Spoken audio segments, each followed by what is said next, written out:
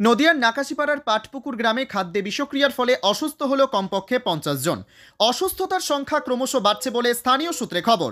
নদিয়ার নাকাশিপাড়া থানার পাটপুকুর গ্রামে একটি ধর্মীয় অনুষ্ঠানের রান্না করা খাবার খায় সকলে।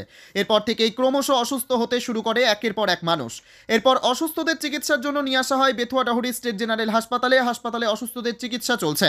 স্থানীয় সূত্রে খবর, পাটপুকুর গ্রামে একটি ধর্মীয় অনুষ্ঠান চলছিল, আর সেই অনুষ্ঠানের ভাত খাওয়ার পরেই মানুষজন অসুস্থ হতে শুরু করে। তৎক্ষণাৎ তাদের নিয়ে আসা হয় হাসপাতালে। গ্রামেও অসংখ্য মানুষজন অসুস্থ অবস্থায় মধ্যে রয়েছে। ইতিমধ্যেই সরকারি হাসপাতালে চিকিৎসার পাশাপাশি গ্রামেও মেডিকেল টিম পাঠানোর ব্যবস্থা করা হচ্ছে। তবে আক্রান্তের সংখ্যা ক্রমশ বাড়তে পারে বলে জানা গেছে। তো কী কারণে এই সমস্যা, তার তদন্ত শুরু করেছে নাকাশিপাড়া থানার পুলিশ। আমাদের ওইখানে একটা অনুষ্ঠান হয়েছিল, মানে দুয়ার মজলিস হয়েছিল। ওইখানে আমরা মানে ভাত দেন খিচুড়ি দেওয়া হইলো। ওই খিচুড়ি খাওয়ার পর সবাই এরকম হয়েছে। মোটামুটি কতজন হয়েছে?